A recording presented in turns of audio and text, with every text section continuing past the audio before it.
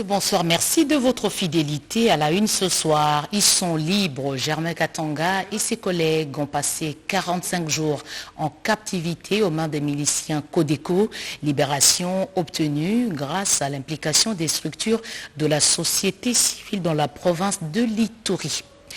Reprise des travaux de construction des villas pour les officiers de l'armée, 5000 habitations pour un premier lot de moins de 100 pour les généraux et les colonels. Les maisons sortent de terre à 9 km de l'aéroport international de Ndjili. Des enfants, des militaires et des policiers ont obtenu le ticket pour les études universitaires à l'étranger. Ils ont quitté Kinshasa pour l'Europe grâce à la bourse Merci Fachi. 500 bourses sont disponibles pour ceux qui remplissent les critères. Voilà tout pour le sommaire. Encore une fois, bonsoir et merci de votre fidèle attention. Toutes nos excuses pour ce retard avec lequel nous démarrons la grande édition de ce soir. Germain Katanga et ses collègues ont passé 45 jours en captivité aux mains des miliciens Codeco. Libération obtenue grâce à l'implication des structures de la société civile en Ituri. Junior Selemani, reportage. Relâché le lundi 4 avril 2022 par les miliciens de la Codeco après plus de 45 jours de captivité, 3 membres de la task force, à savoir le général Germain Katanga, le président de l'INADI, Janvier Bin Ekwali et le chauffeur Blaise, ont été présentés ce mardi aux membres du comité provincial de sécurité. Selon le dur des assaillants Codeco, ils nous ont promis, dès le premier jour de la libération des professeurs d'Etchovi, que nous serions libérés en 3 phases. La première phase, c'était la libération des professeurs d'Etchovi. La deuxième phase, aujourd'hui, on nous libéra. L'IRDPC nous ont pris en otage, ils nous ont gardés et jusqu'à aujourd'hui, nous sommes sortis vivants. Une libération obtenue, notamment grâce à l'implication d'une manière ou d'une autre de différents acteurs et organisations. L'exemple de l'ONG FADEM, engagé dans la sensibilisation de miliciens sur la paix. FADEM était partenaire de PDDRC qui devait sensibiliser les groupes armés sur terrain et même les dialogues entre les gouvernements et les groupes armés. Nous les avons conscientisés, nous avons assisté aux séries de réunions jusqu'à arriver à la libération. Processus qui est déjà déclenché et pour ramener la paix, restaurer la paix dans les territoires des Djougou, que ça ne puisse pas s'arrêter. Notons que la libération intervient après celle du professeur Jean-Baptiste Detchouvi, relâché le 21 mars dernier pour des raisons de santé. Pour rappel, quelques semaines après la prise d'otage de Thomas Lubanga et 7 autres membres de la task force, le gouverneur militaire de l'Ituri, le lieutenant général Luboyanka Shomadjouni, avait mobilisé les différents leaders communautaires et structures de pacification afin de trouver des voies et moyens pour la libération de ces émissaires du chef de l'État. Puis cette désolation du ministère des Affaires sociales, Action humanitaire et Solidarité nationale qui apprend avec consternation que les humanitaires ont été menacés et chassés de la cité de Gueti, territoire d'Irumu dans la province de l'Ituri, par des personnes inciviques non autrement identifiées, entravant ainsi le travail de secours aux populations meurtries de cette partie de la République. Ce comportement contraire à l'accueil et à l'hospitalité qui devrait être assuré au personnel et agents humanitaires pourtant en mission d'assistance appelle une réaction rigoureuse des autorités tant civiles que militaires affectées à cette tâche. Le gouvernement de la République rassure toute la communauté humanitaire de son assistance à toute épreuve et l'encourage à continuer son œuvre humanitaire au profit des sinistrés et autres vulnérables en République démocratique du Congo. Ce message porte la signature de Modeste Mutishai Mutinga. Autre chose, la flotte de Congo Airways s'amincit. Quelle en est la raison? Pourquoi les avions loués en leasing auprès de Kenya Airways ont-ils été retirés? Visé par une question d'actualité, le ministre de Transport et Voies de Communication, Chérubin Okende, a éclairé la lanterne des élus du peuple Sylvie Moembo. Au cours cours de cette plénière présidée par le speaker de la Chambre basse du Parlement, Christophe Mbosoko Diapwanga, le ministre des Transports, voie de communication et désenclavement, a éclairé la représentation nationale sur une question d'actualité lui adressée par le député national Célestin Ngelemba Bokoué sur le transport aérien en République démocratique du Congo. Chérubin Okende est reproché du non-achat de 4 Airbus pour la compagnie Congo Airways ainsi que le retrait des 2 avions par la compagnie Kenya Airways. Quelles sont les vraies raisons de la situation que traverse actuellement la société Congo Airways?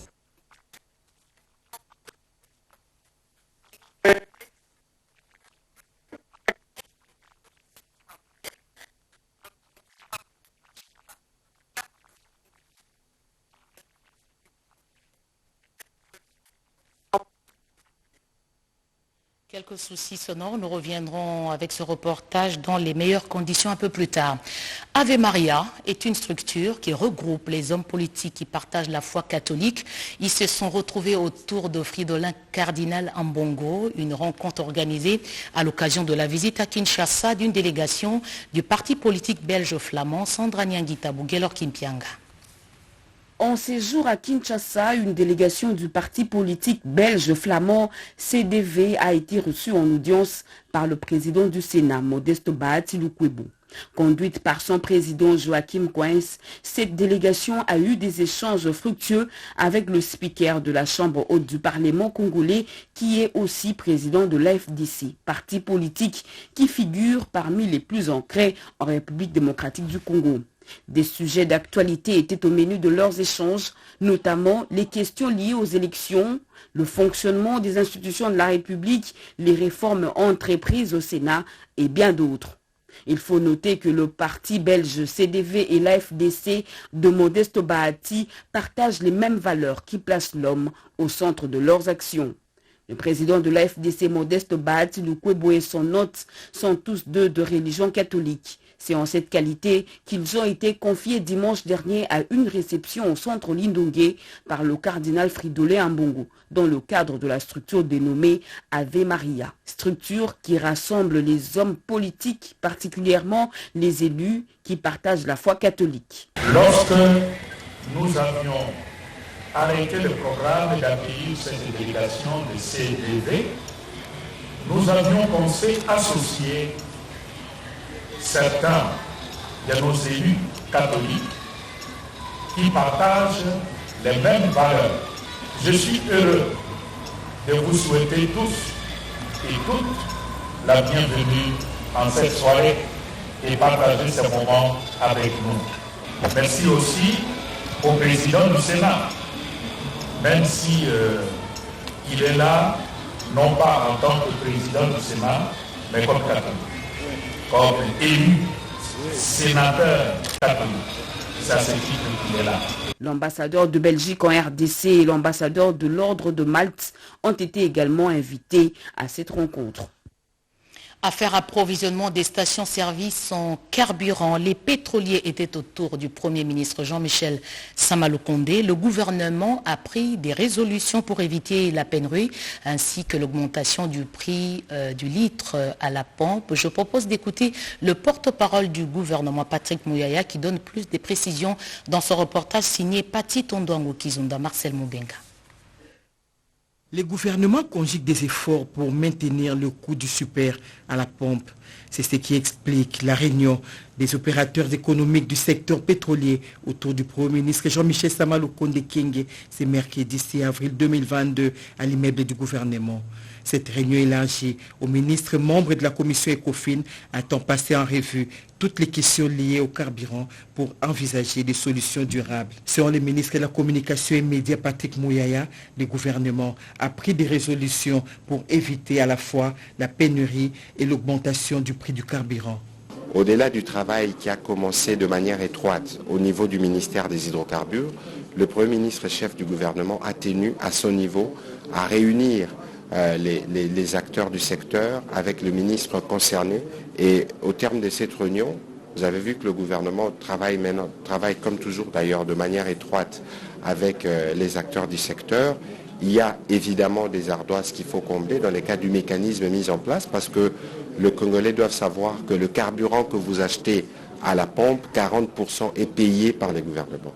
Et que de ces faits, il existe des mécanismes de paiement de pertes et des manques à gagner qui prennent du temps et c'est ce qui fait qu'aujourd'hui, il y a une difficulté pour les sociétés pétrolières de s'approvisionner et de faire. Et donc les dispositions ont été prises pour que cela se fasse. Les opérateurs économiques ont soumis au gouvernement certaines doléances doublées, des pistes de solutions pour maîtriser la situation. Nous avons pu exposer à son Excellence, Monsieur le Premier ministre, les difficultés du secteur qui sont dues au fait que les paramètres de la structure des prix ne sont pas revus à temps et créant ainsi des pertes et des manques à gagner. Des solutions telles que la bonne gouvernance, renforcer la bonne gouvernance pour que les fraudes soient supprimées et que les volumes augmentent. Parce que si les volumes augmentent, les prix à la pompe seront mieux maîtrisés par l'État. Nous avons également suggéré qu'on fasse une réflexion profonde sur l'optimisation de la logistique des importations de produits vers la RDC, qu'on puisse faire des pipelines avec ce pipeline-là, optimiser et maîtriser les prix à la pompe. Les gouvernements Sama comptent mettre les bouchées doubles pour éviter à la population les conséquences d'une éventuelle rupture du stock du carburant. Des opérateurs dans les télécoms maintenant, ils sont prêts à collaborer avec le gouvernement pour augmenter l'inclusion financière. Ils disposent de l'ingénierie adaptée pour la collecte de recettes publiques. Ils sont tous allés présenter ces possibilités de collaboration au Premier ministre Pati Tondouangou. Une délégation des opérateurs économiques du secteur des télécommunications au cabinet du Premier ministre. Il s'agit des responsables d'Airtel, de Vodacom, de Orange et d'Africell. Ils ont examiné avec les chefs du gouvernement, Jean-Michel Sama Lukonde Kyenge, quelques problèmes relatifs à leur secteur, notamment celui de l'économie numérique face à la double crise de la pandémie de la Covid-19 et de la guerre en Ukraine. Le directeur général de Vodacom, Khalil Al-Amerikani, qui a salué la disponibilité du Premier ministre, lui a rassuré de l'accompagnement des opérateurs économiques de son secteur dans le sens de la vision du chef de l'État quant à la digitalisation du pays. J'aimerais remercier son Excellence le Premier ministre pour son temps et sa disponibilité et son écoute.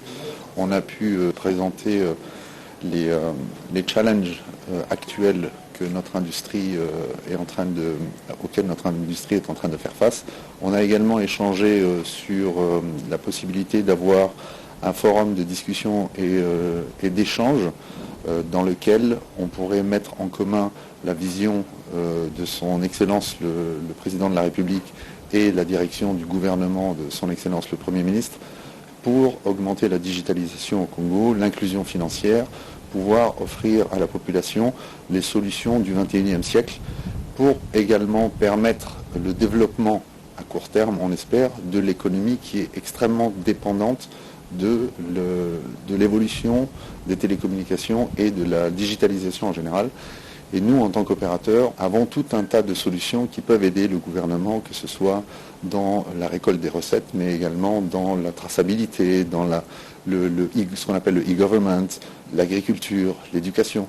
Selon lui, les opérateurs des télécommunications attendent œuvrer à tout prix pour les succès et la réussite du pari de la numérisation de la République démocratique du Congo. Pour une administration publique en pleine mutation, la RDC veut s'inspirer du modèle français. Justement, le vice-premier ministre, ministre de la fonction publique Jean-Pierre Liao a eu des échanges avec le diplomate français en poste à Kinshasa, Cédric Kenina Mokemaluma, Nadine Kilouche. Dans le but de maintenir les passerelles de collaboration entre l'administration congolaise et française, le vice-premier ministre, ministre de la fonction publique Jean-Pierre Liao a accordé une audience à l'ambassadeur de la République française au RDC, accompagné de la délégation de l'Agence française au développement ce mercredi. Au centre de leurs échanges figurait la problématique du renforcement de la coopération bilatérale pour la mise en œuvre de la réforme de l'administration publique. Le point d'orgue de ces échanges a été mis sur le projet de financement de la formation des étudiants de l'École nationale d'administration et non sigle. Je suis venu avec une délégation de l'Agence française de développement qui va accorder un financement et qui est en train d'instruire un projet sur ce sujet. Nous sommes déjà impliqués depuis plusieurs années dans le soutien à l'ENA, l'École nationale d'administration, RDC, mais pas uniquement, également l'INAFORGE, qui forme des magistrats. Il y a d'autres projets qui sont également envisagés. Non seulement nous avons soutenu ces institutions, mais il y aura un dialogue certainement entre la direction de la fonction publique de ce pays et celle de France pour des échanges d'expertise. Et puis nous envisageons aussi à moyen terme, à plus long terme, d'autres formes de coopération. Mais c'est précisément ça l'objet des discussions qui sont en train d'être commencées.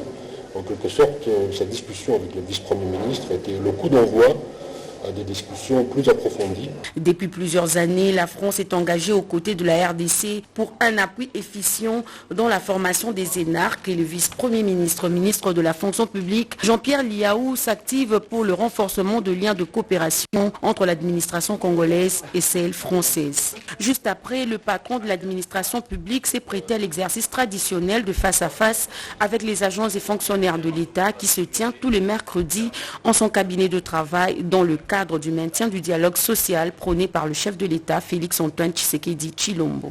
Je suis notifiée, affectée, tout ça, je suis en ordre, mais je touche pour mon salaire de base. Vraiment, c'est un cerveau d'État, il m'a promis, et il va d'abord vérifier tout ça et on va m'appeler. J'ai posé mon problème, il m'a écouté, il m'a promis qu'il va certainement trouver des solutions à mon problème qui a tant duré.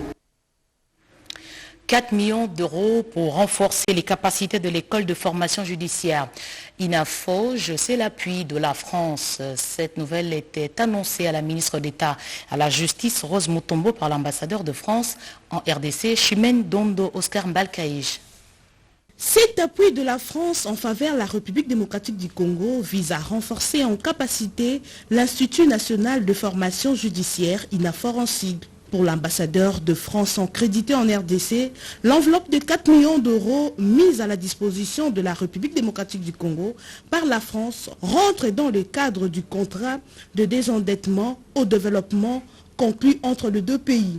L'objectif de cette rencontre était précisément de nous entendre sur les grands principes. Maintenant, les équipes vont travailler et vont décliner concrètement les modalités de l'appui. D'abord, il nous faut quelques mois pour l'instruire, et puis ensuite, ce genre de coopération a vocation à s'étendre bien évidemment sur plusieurs années. Cette aide au développement sera gérée conjointement par l'Agence française de développement AFD en sigle. Le gouvernement congolais, à travers le ministère de la Justice, a confié à Rose Mutombo Kiessé. Motif de satisfaction pour le directeur général de l'INAFORGE. Il est annoncé un recrutement de magistrats en vue. Il n'entre en fonction qu'après avoir suivi une formation initiale d'une année. Et à la fin, seulement, ils sont cotés, appréciés par l'INAFORGE pour que finalement ils soient affectés en fonction de leurs résultats. Cette relance de la coopération sur la formation judiciaire appuie la formation de magistrats et l'ensemble de personnel de la justice. Lutte contre la malnutrition, une conférence du leadership se tient à Kinshasa, assise organisée par le Programme alimentaire mondial PAM. La première dame, Denise Nyakero Tshisekedi, partenaire de cette organisation internationale, a pris part à cette cérémonie. Ventre affamé n'a point d'oreille, le dicton est trop connu pour être rappelé. Lorsque la faim s'installe durablement, elle devient dévastatrice et entame la substance du capital humain. Le Programme alimentaire mondial, PAM en sigle pour la région d'Afrique australe, réunit à Kinshasa les membres du gouvernement de la RDC, représentants régionaux et la distinguée première dame Denise Nyakero Tshisekedi dans une conférence de leadership contre la malnutrition. Les relations première dame, Programme alimentaire mondial ont une histoire et peuvent encore se consolider. Pour moi, personnellement, prendre la parole à cette réunion va dans le sens de la consolidation de mes relations avec le PAM. En novembre dernier, l'ambassadrice du PAM pour la nutrition maternelle et infantile, Son Altesse Royale la Princesse Sarah Zehed de Jordanie, a participé à une conférence de haut niveau que nous avons organisée ici à Kinshasa afin d'intensifier la lutte contre les violences sexuelles, mais surtout modeler les pistes de réparation de survivantes et survivants pour un avenir beaucoup plus radieux. Après le mot du ministre d'État, ministre du Plan Christian Mwando Simba, Mengestab Aïlé, directeur sous-régional du programme alimentaire mondial pour la région d'Afrique australe, a dit se trouver à Kinshasa pour la mise en place d'une stratégie commune de lutte contre la malnutrition en s'inspirant de la déclaration de Kinshasa adoptée en janvier dernier lors d'un sommet des chefs d'État à Kinshasa. The purpose of why we are meeting here today. Nous réunissons ici exceptionnellement à Kinshasa parce que nous voudrions avoir une stratégie de mise en œuvre de notre politique sur la sécurité alimentaire, la nutrition et que nous voudrions passer cela au gouvernement. Et nous voudrions remercier le président de la République démocratique du Congo, son Excellence Félix Antoine Tshisekedi Tshilombo. Et grâce à l'appui qu'il a donné à cette déclaration, en fait, l'Union africaine a pu adopter cette déclaration. Donc, nous lui en sommes très reconnaissants.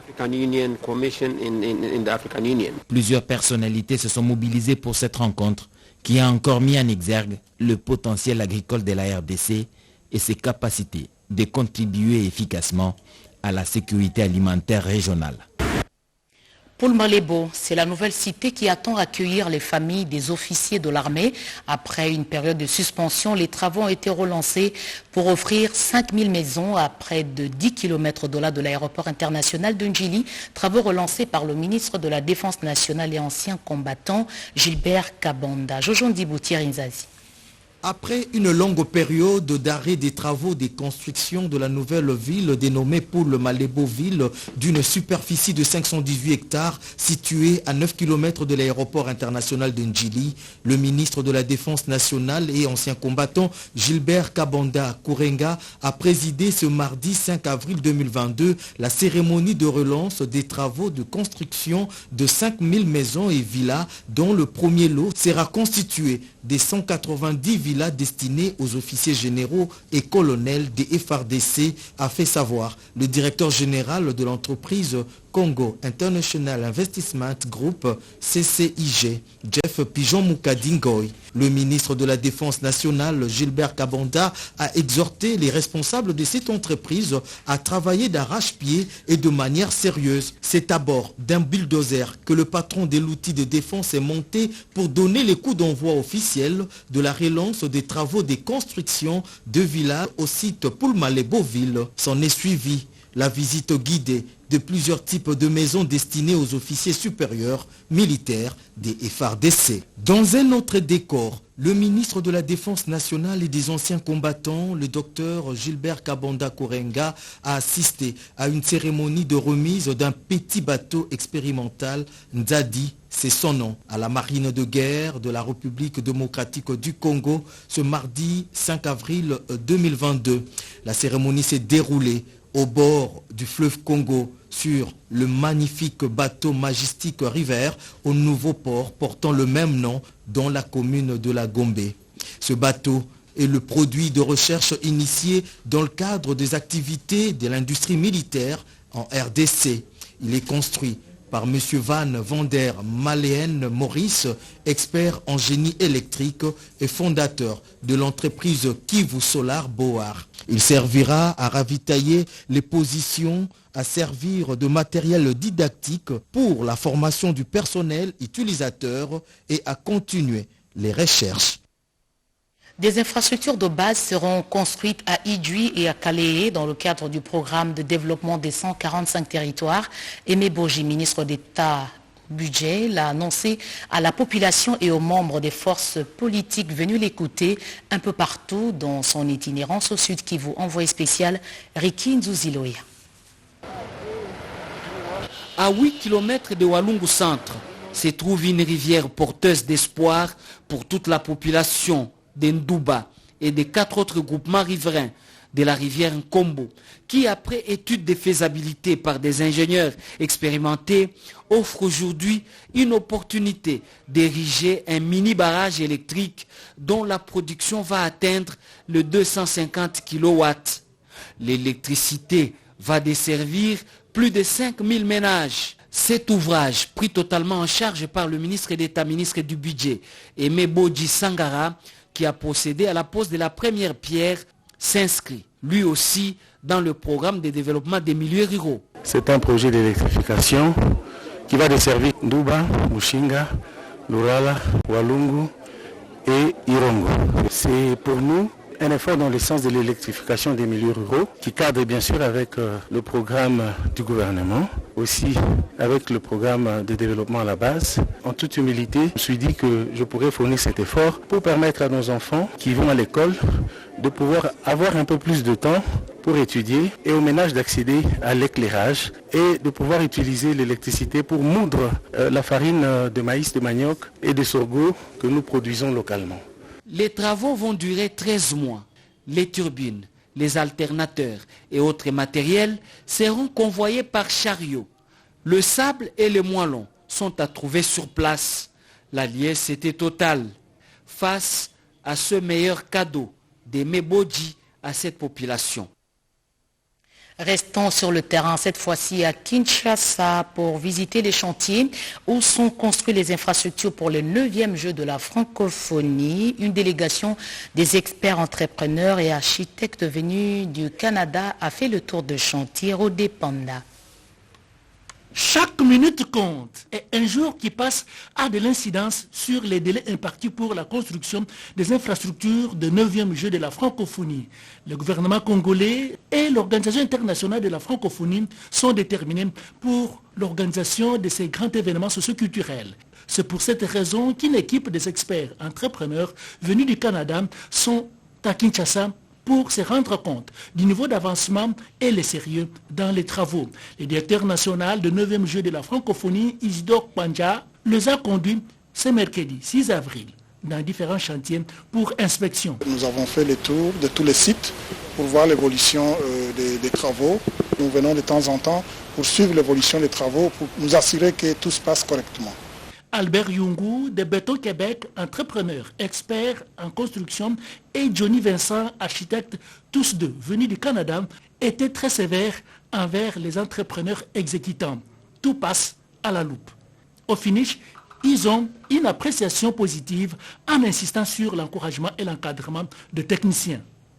J'ai noté tout simplement du beau travail, des personnes assidues, des personnes passionnées, des personnes qui veulent en fait démontrer que le Congo est capable aussi. On est la future image en fait de l'Afrique. Ce que je note, c'est qu'il y a une volonté, mais effectivement vous avez besoin d'un encadrement pour aller plus vite. Notez que sur ces sites, du stade des Martyrs et Tata Raphaël sont construits les terrains pour le volleyball, le basketball, la salle de gymnase, des luttes, les collecteurs pour évacuation des eaux, ainsi que les villages de 9e jeu de la francophonie.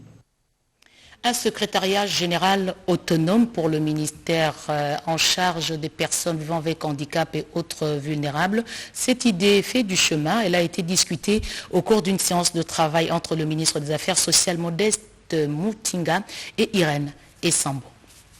Bientôt, le ministère délégué en charge des personnes vivant avec handicap et autres personnes vulnérables sera doté d'une administration de services, celle qui va répondre aux besoins spécifiques de chaque catégorie de personnes vulnérables.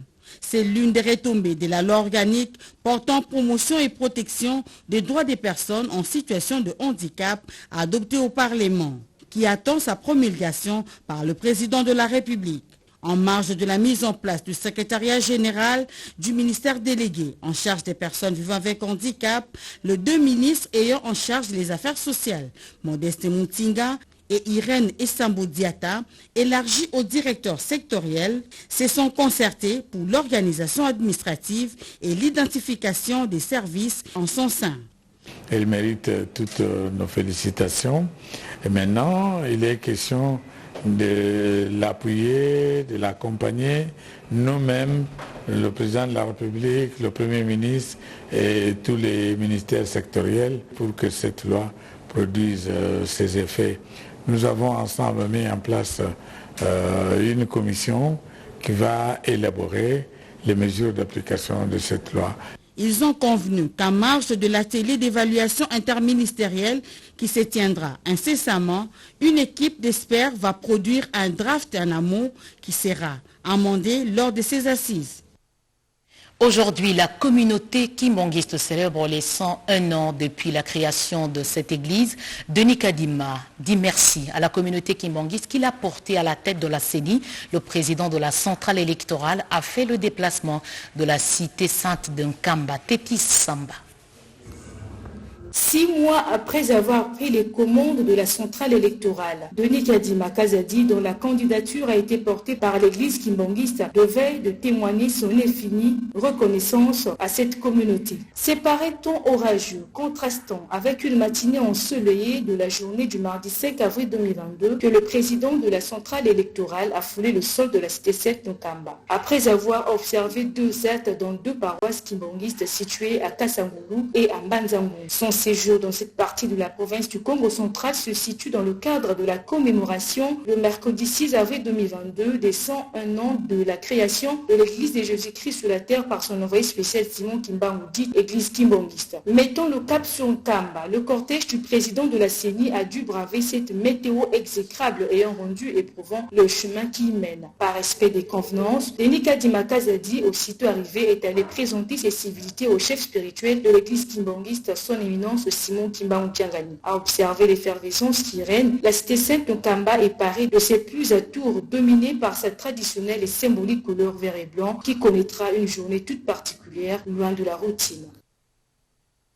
La NAPI a raflé la 3e place sur la liste des meilleures agences africaines de promotion des investissements. C'était à Dubaï. La direction de la NAPI, Anthony Kinzo, DG, a présenté le prix au ministre du Plan Christian Mwando Simba. José Baïtouambou. Aucun effort n'est vain et le premier pas d'un parcours est toujours encourageant. Primée 3e meilleure agence africaine des promotions des investissements à Dubaï, la délégation de la NAPI a présenté le prix AIM au ministre d'État au plan Christian Mwando Simba. Le directeur général Anthony Kinzo, qui avait à ses côtés la directrice générale adjointe Rose Dorothée Bokele-Ale, a saisi l'occasion pour faire une restitution de la mission de Dubaï à Christian Mwando Simba. Des contacts pris au protocole d'accord signé en passant par l'accompagnement assuré aux start-up et petites et moyennes entreprises, Anthony Kinzo Kamole a tout exposé à l'autorité des tutelles. D'abord, c'est un motif de fierté pour la République démocratique du Congo. C'est-à-dire que lorsque nous sommes concentrés, nous pouvons faire des choses qui sont appréciées par l'ensemble du monde, le reste du monde. Et pour nous, c'est un objectif tel que fixé par le président de la République. Mais on espère que les retombées, c'est l'arrivée de ces investisseurs en République démocratique du Congo. C'est pour ça que le chef de l'État, la NAPI et nous-mêmes, le ministère du Plan, nous sommes en train de nous battre pour assainir absolument le climat des affaires. Une chose est de convaincre les opérateurs, une autre est de les accueillir chez nous et de mettre des conditions pour qu'ils puissent travailler dans les meilleures conditions possibles. Donc voilà, la NAPI a fait un pas, mais il doit poursuivre en assainissant le climat à l'intérieur. Reconnaissant le leadership éclairé du ministre d'État au plan, l'équipe dirigeante de la NAPI lui a remis un tableau symbole de sa détermination à rendre possible le rêve du chef de l'État, celui d'un Congo au climat des affaires paisible et assaini. Politique, le secrétariat général du ministère de l'Intérieur signe et persiste. Seul le comité Longangue est légal pour conduire les affaires au sein de l'UNAFEC en remplacement de feu le patriarche Kyungu Wakumwanza. Pour plus de détails, je propose d'écouter le 3e vice-président de l'UNAFEC. Contrairement à ce qui a été largement diffusé par le secrétaire général de l'UNAFEC, qui par ailleurs est sous le coup de la suspension, Monsieur le secrétaire général du ministère de l'Intérieur vient d'apporter une correction significative sur la situation actuelle de l'UNAFEC en annulant la lettre numéro 149-000-CG-REPAP-2022 du 31 mars 2022 d'une part, et d'autre part, en reconnaissant la désignation de monsieur Jean Ladislas Longangue comme président national de l'UNAFEC en remplacement du patriarche Antoine Gabriel Kyungu Wakumwanza de Rez Mémoire. Cette lettre de clarification met fin définitivement aux turpitudes et aventures de bas étage de certains membres égarés du parti. Ici est de rappeler une fois de plus que l'INAFEC réitère son soutien indéfectible au président de la République, chef de l'État, et son appartenance à l'union sacrée de la nation. L'INAFEC vaincra toujours. Fait à Kinshasa, le 6 avril 2022, les vice-présidents nationaux, honorable Mireille Massangou Bibi Mouloko, Madame Sakina Binti Selemane Magui, Monsieur François Matembera Loalarika, je vous remercie. Je l'ai dit en titre, des boursiers trouvés dans les milieux des enfants, des militaires et des policiers. Ils sont totalement pris en charge par le président de la République. 500 bourses dites Merci Fachi sont disponibles.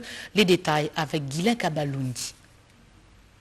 Après le départ en mars dernier pour Chypre d'une première vague d'étudiants bénéficiaires de la bourse académique dénommée Merci Fachi, c'est le tour ce lundi 4 avril 2022 d'une dizaine d'étudiants, tous filles et fils des militaires et policiers, de se rendre en Europe pour poursuivre leurs études au niveau supérieur. Bien avant leur départ pour l'autre côté de l'Atlantique, ces jeunes gens ont été sensibilisés par les fondations Boni et Espace Solidarité pour tous et des ONG qui accompagnent le chef de l'État dans l'amélioration des conditions d'études des étudiants congolais. C'est pour accompagner le chef de l'État dans la gratuité d'enseignement et nous on l'accompagne dans la gratuité d'enseignement mais au niveau supérieur et universitaire. C'est le président de la République qui accorde ces bourses aux enfants des militaires et des policiers. Ce sont des bourses à 100%, frais académiques couverts par les chefs de l'État. Songer aux enfants des militaires et des policiers pour qu'ils aillent étudier, c'est épauler même la psychologie du militaire, souvent qui est souvent au front. Et ça, vraiment, nous ne pouvons que saluer cette initiative. Ces enfants, ils vont faire plusieurs filières. Il y a ceux qui vont faire l'ingénierie, ceux qui vont faire les domaines comme l'électricité, les bâtiments, ceux qui vont faire les banques et finances, donc des domaines dont le Congo a besoin. C'est à peine 4 ans, ils auront fini leurs études et puis ils vont nous revenir ici pour contribuer au développement du pays. Les bénéficiaires, enfants des militaires et policiers excédés par ces gestes, ont tout simplement dit merci. Juste un grand merci, franchement, parce que c'est vraiment touchant.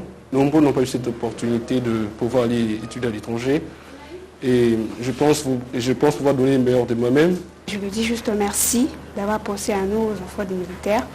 Ce n'est pas donné à tous les présidents, mais lui, il a pensé à notre éducation. Et pour ça, je suis vraiment contente et émue pour cette opportunité. Le processus lancé va se poursuivre car 500 bourses académiques sont disponibles à cet effet. Cacophonie dans l'affaire de spoliation du terrain de la communauté Sebeko Kasangulu au Congo central. Après une décision suspendant les travaux en cours, une nouvelle mesure vient d'autoriser les constructions anarchiques. Explication Rodépanda. L'église communauté baptiste du Congo Sebeko dénonce ce qu'elle qualifie de spoliation de sa concession située dans le district de Kasangulu dans la province du Congo central. Cette concession a été acquise depuis l'époque coloniale. En réaction, le procureur de la République de Kikonia a, dans un communiqué signé et publié, interdit à tous d'occuper illégalement ce site, de cesser tous les travaux de lotissement sur ce site. Selon le pasteur Emmanuel Nkabani, pasteur du district ecclésiastique Sebeko Kasangulu, la spoliation de ce terrain de l'école Yengen est un frein aux efforts que l'Église fournit pour soutenir la gratuité de l'enseignement tel que voulu par le chef de l'État. La mission Sebeko Yenge est propriétaire de cette terre depuis 1910. Nous l'avons acquise des mains du chef coutumier Roy Lukatuvide, évidemment de ses ancêtres ou de ses aïeux. Et nous vivons en paix, mais ces derniers temps, nous constatons qu'il y a des tierces personnes qui viennent construire, qui viennent vendre, établir des limites, et nous ne comprenons pas. Les autorités de la Sebeko trouvent incompréhensible que le procureur de la République, Mukodi Kassiama, soit revenu sur sa décision en autorisant ainsi la construction dans l'enceinte de l'église, empêchant les élèves d'étudier dans de bonnes conditions. Mais à notre grande surprise, le 23 février, nous avons vu une décision du procureur de Nkissi qui a autorisé la reprise des travaux, alors que les travaux étaient suspendus. En principe, lorsque les parties sont devant les tribunaux, personne ne peut travailler, on attend la décision du tribunal. Elles appellent les autorités congolaises de prendre toutes les précautions nécessaires pour permettre aux enfants congolais d'étudier convenablement. Coopération économique entre la RDC et la Belgique. Les deux parties se retrouvent autour d'une table ronde sur une question spécifique, l'huile de palme. Cette table ronde palmier avait pour objectif la discussion du futur de la filière palmier à huile au Congo-Kinshasa. En organisant ces assises, l'agence belge au développement ENABEL veut s'impliquer dans la relance de la filière palmier à huile. Les représentants d'ENABEL a dans son mot révélé que sa structure travaille dans 4 provinces de la RDC où plus de 2700 hectares de palmiers à huile ont été aménagés dans la Tchopo, la Mongala, la Lomami et le Kasaï oriental. L'ambassadeur du Royaume de Belgique en RDC, Joe Ndeke, a déploré le fait que la RDC, qui était autrefois le berceau du palmier à huile, commence à importer cette denrée. L'enjeu du développement agricole dans le pays est donc complexe. Augmenter la productivité des systèmes agricoles pour améliorer la sécurité alimentaire et les revenus de ménages agricoles, tout en préservant les forêts du bassin du Congo, véritable poumon de cette planète. Ces préoccupations sont au cœur des orientations de notre ministre de la Coopération au Développement, qui inscrit comme un des objectifs du nouveau programme de coopération belgo-congolais 2023-2027 la lutte contre l'insécurité alimentaire et l'amélioration des conditions de vie pour une agriculture familiale. Les participants à ces assises, les experts de cette filière, mais aussi les ministères sectoriels ont été entretenus sur les activités palmiers à huile d'ENABEL au pays, l'étude comparative des actions palmiers à huile d'ENABEL, les potentialités du secteur sémencier en RDC, mais également les enjeux environnementaux du développement du palmier à huile en zone forestière.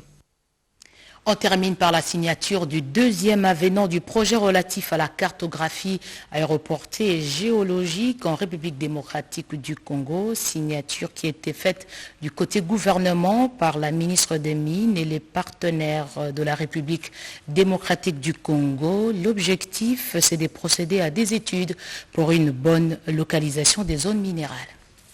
La signature de l'avenant 2 au contrat relatif à la cartographie géophysique, aéroportée et géologique de la République démocratique du Congo par la ministre des Mines et la société Excalibur est d'une importance capitale, d'autant plus qu'il s'agira pour cette dernière de procéder à la prospection aéroportée. Ceci va permettre de cartographier les formations géologiques riches en substances minérales sur toute l'étendue de la RDC. Le directeur général du service géologique national du Congo salue cette initiative et exprime sa satisfaction. Pour la ministre des Mines, Antoinette Nsamba Kalambay, ce projet vaut une priorité pour le chef de l'État. Ce jour est pour moi un grand jour.